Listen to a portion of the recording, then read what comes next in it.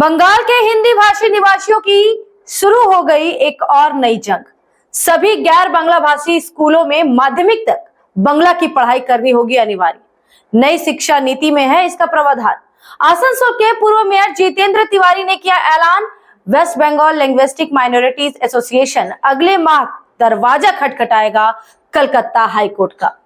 ये निर्णय आया है उस माहौल में जब बंगाली अस्मिता का सवाल बना है बड़ा राजनीतिक मुद्दा। यह टेस्ट होगा बांग्ला पक्ष के लिए भी, क्योंकि उसकी मांग है बांग्ला भाषा का अधिकतम हो उपयोग। उसे इस मांग पर करना होगा समर्थन, नहीं तो खुलेगी उसकी भी कलई। तो आज होगी चर्चा इसी मुद्दे पर। आप जुड़ चुके आर्थिक धारा के साथ। श्वेता पांडे का अभिवादन करें स्वीकार। चैनल को सब्सक्राइब कर लीजिए, फिर बढ़ाएंगे इस मुद्दे को आगे। केंद्र सरकार ने साल 2020 में लागू की है नई शिक्षा नीति। इसके तहत हर छात्र को माध्यमिक स्तर पर 3 भाषाओं की लेनी होगी शिक्षा। इनमें शामिल हैं हिंदी, अंग्रेजी और क्षेत्रीय भाषा। बंगाल में तीसरी भाषा है बांग्ला। राज्य में स्कूली शिक्षा है भाषा पर आधारित। गैर बांग्ला माध्यम स्कूलों में बांग्ला की नहीं होती पढ़ाई। 70 और 80 के दशक में 8वीं कक्षा तक बांग्ला थी ऐच्छिक विषय, लेकिन सरकारी उदासीनता के कारण वह बंद हो गई पूरी तरह से। न शिक्षक मिले, न सिलेबस और न संबंधित पुस्तकें। बांग्ला भाषा से पूरी तरह से कटे रहते हैं इन स्कूलों के छात्र। इन स्कूलों में शामिल हैं उर्दू, हिंदी, संथाली, गुरुमुखी भाषा माध्यम के स्कूल। आज की चर्चा केंद्रित करेंगे हिंदी माध्यम स्कूलों पर। अब चलिए आंकड़ों पर डालते हैं एक नज़र। पूरे राज्य में हिंदी माध्यम प्राइमरी स्कूलों की संख्या है 1333। अलीपुरद्वार जिले में स्कूलों की संख्या है 117। इनके अलावा अधिक हिंदी माध्यम स्कूलों में शामिल हैं हुगली और हावड़ा ज़िले। हावड़ा ज़िले में इन स्कूलों की संख्या है 108। जलपाईगुड़ी ज़िले में इन स्कूलों की संख्या है 172। कोलकाता में इनकी संख्या है 288। नॉर्थ 24 परगना ज़िले में है 176 स्कूल। पश्चिम बर्धमान ज़िले में इन स्कूलों की संख्या है 180। सिलीगुड़ी में इनकी संख्या है 79। हिंदी माध्यम सेकेंडरी स्कूलों की कुल संख्या है राज्य में 94। इनमें कोलकाता में 29, नॉर्थ 24 परगना ज़िले में 13, जबकि पश्चिम बर्धमान ज़िले में मात्र 6 स्कूल।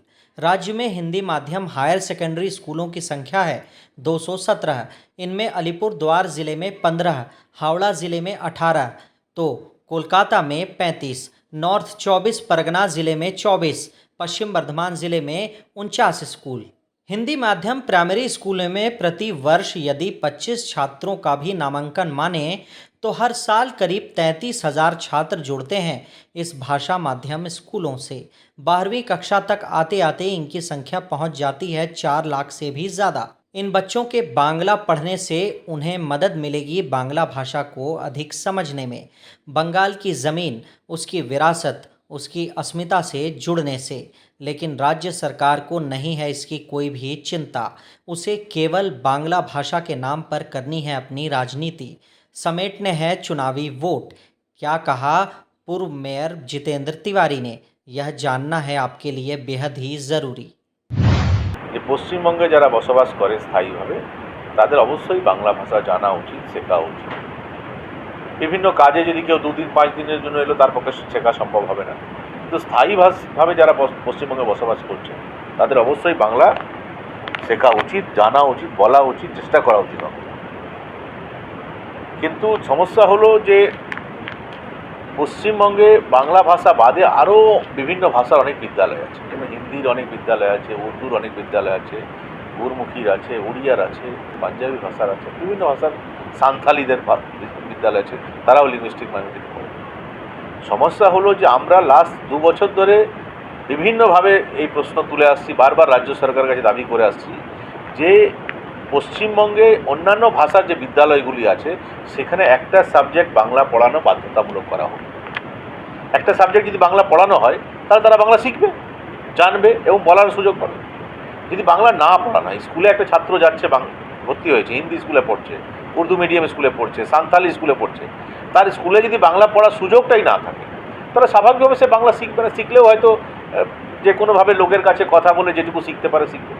তাহলে কেন আমরা এই ব্যবস্থা কেন করে দেবে না রাজ্য সরকার যে বিদ্যালয়গুলি আছে সেখানে বাংলা ভাষা পড়ার সুযোগ কেন করে দেওয়া হবে? লাস্ট 2 বছর ধরে আমরা বলছি। আর যারা বাংলা ভাষা নিয়ে আন্দোলন করছেন, কথা বলছেন, তারাও এই দাবি তুলছেন না কেন? তারা আমাদেরকে সমর্থন জানাচ্ছেন না।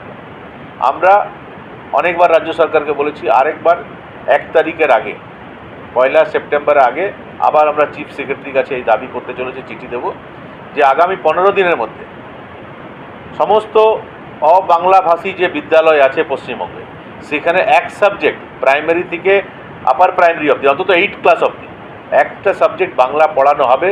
10 অবধি পড়াতে পারলে আরও ভালো। ম্যান্ডেটরি করতে হবে, বাংলা ভাষা পড়াতেই হবে, পড়তেই হবে। এবং এই দাবি যদি সরকার না মানে তাহলে 15 দিন পর, 15 সেপ্টেম্বর পর আমরা হাইকোর্টে জনস্বার্থ মামলা করতে যাচ্ছি, যাতে পশ্চিমবঙ্গে যে অবাংলাভাষী যে ব্যক্তিরা আছেন তাদেরকে বাংলা পড়ার সুযোগ করে দেওয়া হোক। এটা যদি না করা হয় তাহলে আগামী দিনেও এই বিভাজন রয়েই যাবে। सवाल ये है कि क्या ममता सरकार स्वीकार करेगी इस मांग को? शिक्षा को लेकर वर्षों से हो रहे खिलवाड़ को देखते हुए नहीं दिखता है यह आसान। विकल्प एकमात्र है हाई कोर्ट का दरवाजा खटखटाना। राहत की बात है कि जितेंद्र तिवारी कर रहे हैं दावा हाई कोर्ट में जाने का। करना होगा इसके लिए 1 महीने का इंतजार। वीडियो में इतना ही। हर अपडेट के लिए बने रहे आर्थिक धारा के साथ, क्योंकि हम जुड़े हैं अपनी माटी अपनी थाती से। चैनल को सब्सक्राइब कर लीजिए। वीडियो पसंद आई है तो लाइक करें, लोगों के साथ वीडियो को साझा करें। फेसबुक पर भी आप हमें फॉलो कर सकते हैं। फिर होगी मुलाकात ऐसे ही ज्वलंत मुद्दों के साथ। नमस्कार।